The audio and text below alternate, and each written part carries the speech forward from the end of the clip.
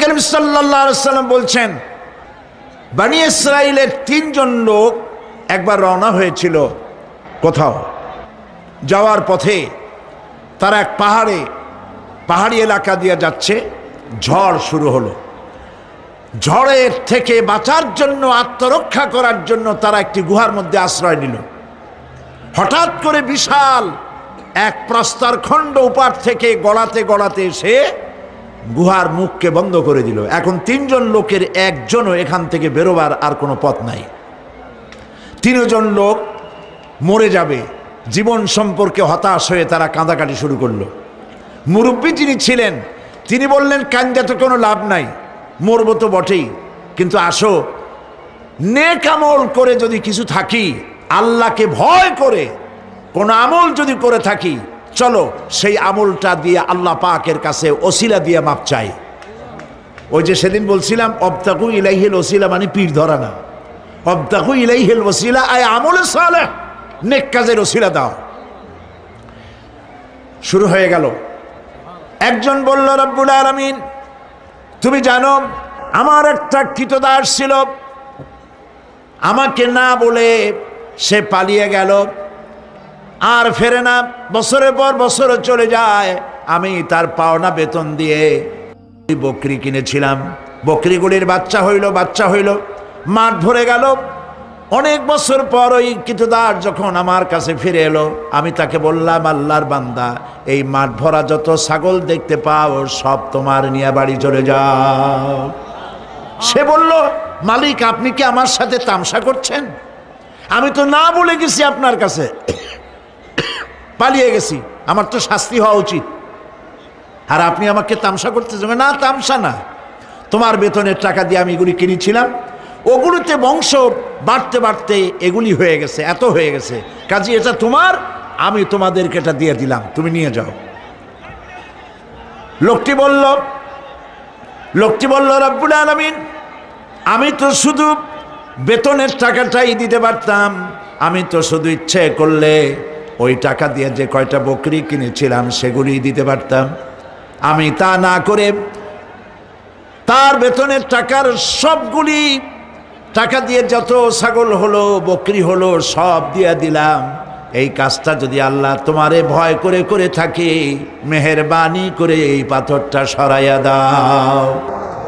নবীজি বলছেন, আল্লাহ রাব্বুল আলামিন সঙ্গে সঙ্গে তার আপন কুদরতে পাথর সরাই দিলেন, কিন্তু মানুষ বেরোবার মতো পথ তখনও হলো না, অল্প একটু জায়গা সরেছে। আর একজন বলল, রব্বুল আলামিন তুমি জানো আমি এক সুন্দরী যুবতী নারীর প্রতি আকৃষ্ট হলাম, তাকে আমি কুপ্রস্তাব দিলাম, কোনো ক্রমে রাজি করতে পারি নাই, বহু টাকার বিনিময় আমি যখন তাকে রাজি করেছি, আর নির্জন জায়গায় যখন আমি তাকে উপভোগ করতে যেতেছি, তখন ওই যুবতী মেয়ে আমাকে বলল, আল্লাহর বান্দা তুমি আল্লাহরে ভয় করো, দুনিয়ার কেউ দেখতেছে না, আল্লাহ দেখতেছে, আল্লাহরে ভয় করো। আর রব্বুল আলামিন আমার দীর্ঘদিনের এই আশা, এত টাকা দিলাম, এর বিনিময়ে আমি যখন আমার কুপ্রবৃত্তিকে চরিতার্থ করতে যাব, এমন সময় যখন ওই মহিলা যখন বলল আল্লাহরে ভয় করো, তোমার ভয় আমার মনের মধ্যে এতটা গালিব হয়ে গেল, আমি এটাকে ছেড়ে দিয়ে তওবা করে দূরে পালাইয়া গেলাম। আয় আল্লাহ তাআলা, এই কাজটি যদি তোমাকে ভয় করে করে থাকি, তাহলে তুমি মেহেরবানি করে পাথরটারে সরাইয়া দাও। নবীজি বলছেন, সঙ্গে সঙ্গে পাথর আরো একটু সরে গেল, কিন্তু তখনও মানুষ বেরিয়ে যাওয়ার মতো পথ হয় নাই। তৃতীয় ব্যক্তি বলল, রব্বুল আলামিন তুমি জানো আমি গরিব মানুষ, কয়েকদিন পর্যন্ত বহু চেষ্টা করেও কিছু সংগ্রহ করতে পারি নাই, ছেলে মেয়ে না খাওয়া, আমার বুড়ি মা না খাওয়া, আমার স্ত্রী না খাওয়া, সারাদিন কাজ করে কিছু পাই নাই। যখন আমি বাড়ি ফিরলাম গভীর রাত্রে, স্ত্রী জিজ্ঞেস করলো কিছু পেয়েছো নাকি? আমি বললাম কিছু পাই নাই। স্ত্রী তখন আমাকে বলল, আমার যে বকরি ছিল ওই বকরি দহন করে সামান্য একটু দুধ, 1 গ্লাস দুধ গরম করে রেখেছি, তোমার মায়ের দেই নাই, বাচ্চাদের দেই নাই, আমি নিজে খাই নাই, তুমি কষ্ট করেছো, তুমি খাও। লোকটি বলল, রব্বুল আলামিন আমার ওই দুধের গ্লাস হাতে নিয়ে স্ত্রীর ক্ষুধার্ত চেহারা দেখে আমার মনের মধ্যে মায়া ঠিকই হলো, কিন্তু দুধ আমি তারে দিলাম না।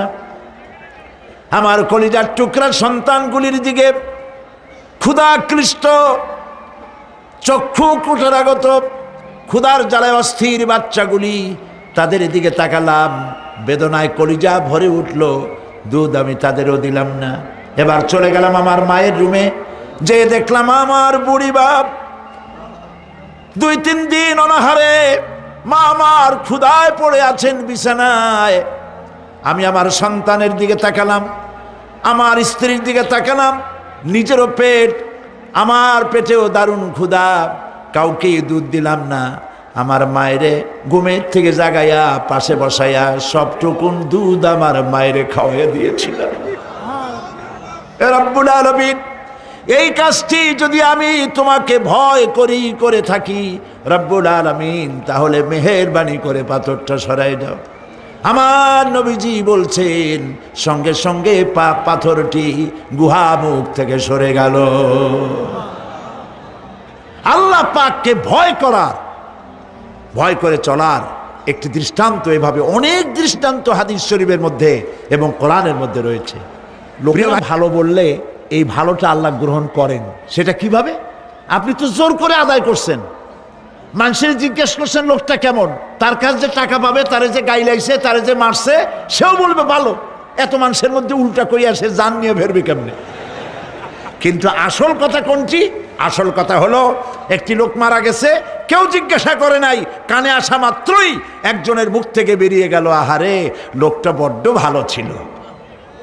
এইটা আল্লাহ গ্রহণ করবেন। সুবহানাল্লাহ।